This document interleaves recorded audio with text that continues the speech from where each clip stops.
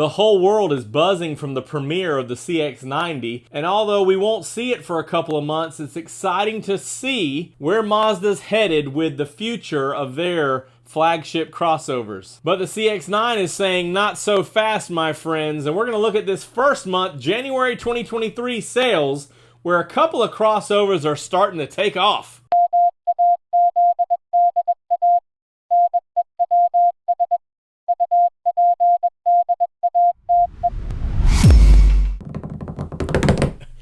What's up, everybody? I'm Jonathan Sewell Sales at Mitchell Mazda on the Boulevard in Enterprise, Alabama. And in this Mazda news update, we're talking about the January 2023 sales. It's hard to believe that January's finished and we're moving right along in 2023. But that happens when you have such big news like the global premiere and the Unbox series and all those things leading up to the premiere of the CX-90. That's right, we finally got to see it this week. The beautiful artisan red. Of course, we've been talking about performance with the inline six, the most powerful mass-produced engine that Mazda has ever made with 340 horsepower available.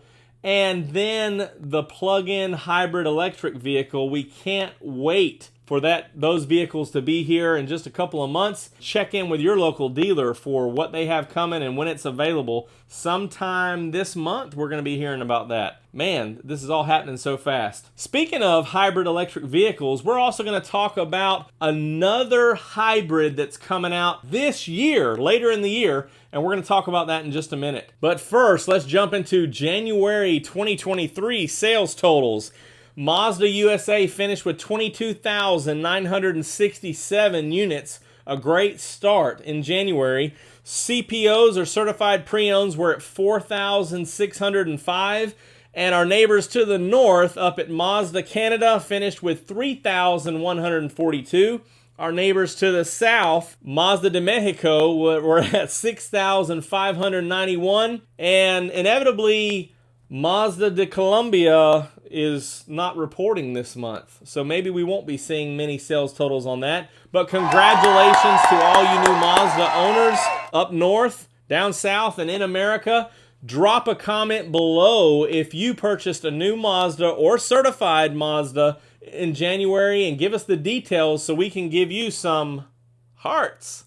And I really feel that 2023, with some more chip availability, that's right, these chips, more chip availability, and we like our chips with salsa, so we're rolling right along to more Mazda vehicles available in this country to exceed last year's sales total of the 299, but we're going to bust 300,000 for sure, and maybe get closer to 2021 totals. Now let's jump into the U.S. individual breakdown. So beginning with Mazda 3, you can see the 1577, so 1,577. Right next to it there is 2022. So still a big change on Mazda 3, as we haven't seen as many of those sedans. Mazda 6 is still zero, none available in America. MX-5 Miata actually had a big improvement from availability, 724. CX-3, of course, is out as well. CX-30 had a record-breaking best January with 5,065 units delivered. You know what to do. Drop a comment below if you purchased a new CX-30, and we'll give you some love as well. CX-5 with under 5 digits, 9,833. So I think there might have been some availability issues there on CX-5. CX-9, another record-breaking best January, 3,170. So drop a comment below if you purchased a new CX-9. So if you're looking for a CX-9, now's the time. Not sure exactly when the CX-90 is completely going to phase it out, but I would expect we have about 3 or 4 months of CX-9 production left. CX-50 had a good start at 2,589. MX-30 actually posted 9 sales, so there's some trickling in over in California. That brings us a total of cars, 2,301, trucks, 20,666, for that January grand total in America, 22,967. Congratulations again to all you new Mazda owners. Thank you for your business and for helping us and sharing your Mazda passion. As I mentioned in the intro, we have not just one great CX-90 electric vehicle coming out this year, but a second one as well later on in the year, and that will be the 2024 CX-50 Hybrid. So the CX-50 Hybrid will actually use Toyota's hybrid synergy drive. I'm not sure if it will still use the Skyactiv G 2.5 liter or completely go to that hybrid synergy drive with the 2.5 liter from Toyota, but I know that they've been working hard to fit in all of the hybrid components, including motors and batteries, to the existing CX-50 design and shell. So it will be exciting to see how many trims we have available of the CX-50 Hybrid, if it will be every trim will have its own hybrid, or if we'll just have limited availability of the hybrid system. But this vehicle won't be available until September of this year, so we have several months to catch up on information and several months for Mazda to kind of let us know what it's targeting. A couple of things to point out as we'll look side by side here. This is the same system that's in the RAV4 Hybrid and many other Toyota hybrids, and as I mentioned, it does involve the 2.5 liter engine that Toyota has, their 4-cylinder. Of course, to compare the RAV4 hybrid and all hybrids with all SUV hybrids are intelligent all-wheel drive with Toyota, whereas we know that all crossovers in Mazda since last year are all-wheel drive with their active all-wheel drive.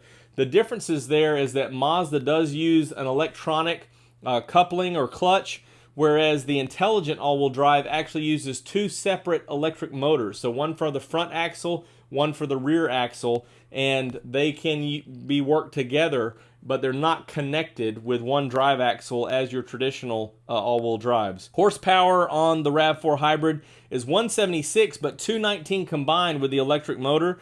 Of course, the standard CX-50 is 187, and then of course turbo would be 250, 227 or 250. The torque ratings is 163. Of course, standard is 186 or 310 with the premium fuel and the turbo. Tow rating, standard, the RAV4 Hybrid is 1750. The CX-50 is 2000 or 3,500 with the turbo. Fuel, this is where it's going to make a big difference. The fuel economy of the RAV4 is 41 in the city, as a full hybrid is usually higher in the city, 38 on the highway, and of course standard fuel economy, or the best fuel economy for the CX-50 is 24 in the city, 30 in the highway. So that's where the difference is going to be made. And of course some of these, although the powertrain will be the same, the CX-50 is obviously a different size, different weight vehicle than the RAV4. So it'd be interesting to see if they'll re-rate it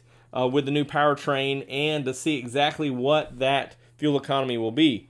Speaking of weight, the last statistic here, the weight of the RAV4 Hybrid is between 3690 and 3820. The standard CX-50s are 3706 to 3907. So it's already a little bit heavier, as we said, and this battery weight, motors, other components will, of course, increase that weight as well. So you'd expect the fuel economy to be a little bit less than the Toyota Hybrid. Really just depends on how the EPA is going to rate it. So I'm excited for the CX-50 Hybrid. Of course, that will be made in America, and this will be one more addition to MTM, getting us closer to that 150,000 production of units.